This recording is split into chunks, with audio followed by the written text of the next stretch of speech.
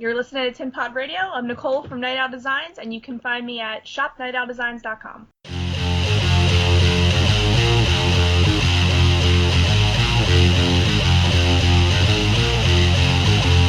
Please don't fear me, because I know what I want.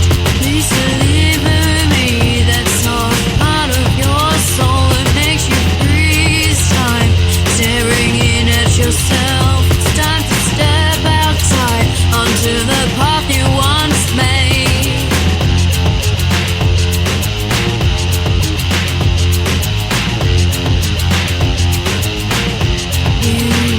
Let me give you so I can find all your tears. I can mend you so you can function again. I was where you are in oblivion. I know you feel alone. You got to ask yourself where you are now. It's where you are now.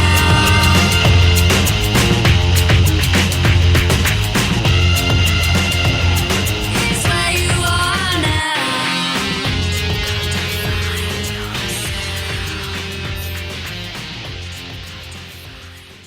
Chapter 12. Luckily, Ken and Sabrina were able to flag down a friendly cop, with a friendly cop being more of a rarity than finding someone at all on the middle of nowhere stretch of road the truck had decided to break down on. Their biggest fear was that this would be a skilled cop who might somehow recognise them, but that couldn't possibly be the case because no one's ever seen their faces. They're a masked couple on many most wanted lists. They'd been off the job long enough to make most people forget about them. They'd even taken them off a few of those lists. Though, when you spent a few years robbing banks, any kind of law enforcement can get you on edge a bit. Hell, every time Pulpy is reported in a nearby area, they both tense up so much that neither of them can shit. More for the reasons why Sabrina thinks that they should be doing what they're good at. Sabrina, though, has another skill that's very human, nothing beyond about it, but one she is more skilled at than most people. She can talk people into believing her stories. She most definitely is a silver-tongued devil in that regard. Ken has told her he thinks it's a not-so-ordinary skill, but then again he's pretty good at the sit-and-talk cons also. Together they dropped a well-formed and delivered hardship story to the police about needing to get to Florida because they had a kid in Melbourne on a school trip.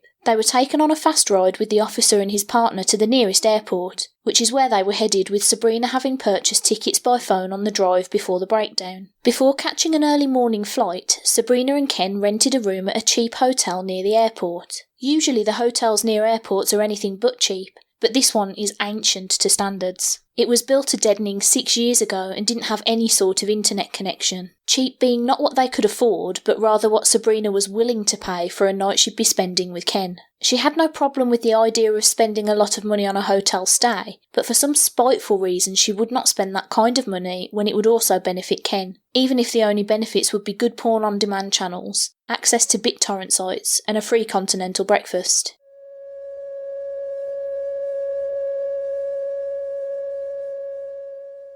The Office of Civil Defense has issued the following message.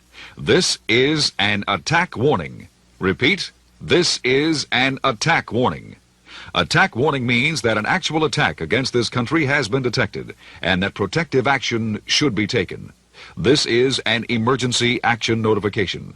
All broadcast stations shall broadcast emergency action notification message number 2, red card. This station has interrupted its regular program at the request of the United States government to participate in the emergency broadcast system. During this period, some stations will stay on the air as part of the emergency broadcast system. Those stations will broadcast news and information for the general public in the assigned areas. You should now tune your radio dial until you hear a station which is broadcasting news and information for your area. Until further notice, this station will not be broadcasting news and information for your area. I repeat, this station will not be broadcasting news and information for your area until further notice. You should now tune your radio dial until you hear a station which is broadcasting news and information for your area.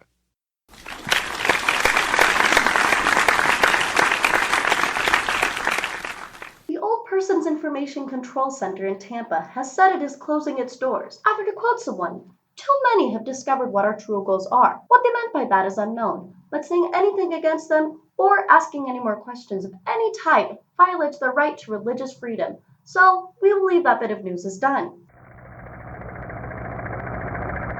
Also in this news report, the Beyond Human terrorist, Anchor, has struck again against Freedom, America, as he attacked a homeless reframing squad in Orlando. The HRS were stopped from their herding job, and now Miami will never get their yearly shipment of homeless. How a government clandestine official is supposed to make a living these days with illegal actions like these. The Pulpy Air Force Space Wing emailed us some news today. The new PAFSW patches have arrived. You can get them in Velcro or sewing form. Remember, it is illegal to wear these in public. You can find the new patches for $57.50 at any local Air Force base or bridal shop. Proceeds go to the National Pulpy Library. It's filling up quick now that photos and art representing him is no longer illegal. Today's special is green tea iced coffee. It tastes like seaweed that was previously soaked in peat. This has been an important official independent breaking news alert. We're fully sponsored by We're sponsored by your friends and lovers. Breaking news is voiced by Brittany Wood, and she would like everyone to know that this was just another paying gig. That coded information hidden in the sounds of her voice has nothing to do with her. Breaking news is written by and edited by a gallbladder surprise.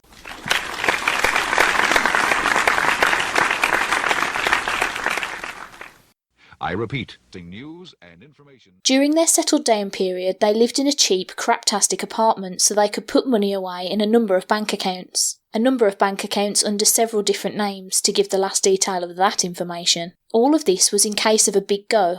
A big go being when con artists decide, or are forced, to hit the road without warning. Ken was sitting by the window in the cheap hotel room, looking outside at the parking lot across the street, which was filled with cars. A newer hotel had been built there, and now no one wanted to stay at the Private 9 anymore. He sat there by the window in a wobbly chair, and every so often he would turn to look at Sabrina sleeping. Ken knew she didn't love him anymore. Maybe she never did really, but he still loved her. He still loved her, and he would stand beside her wherever she took him. And not just for the power, or the fact that neither of them really had a choice about being together.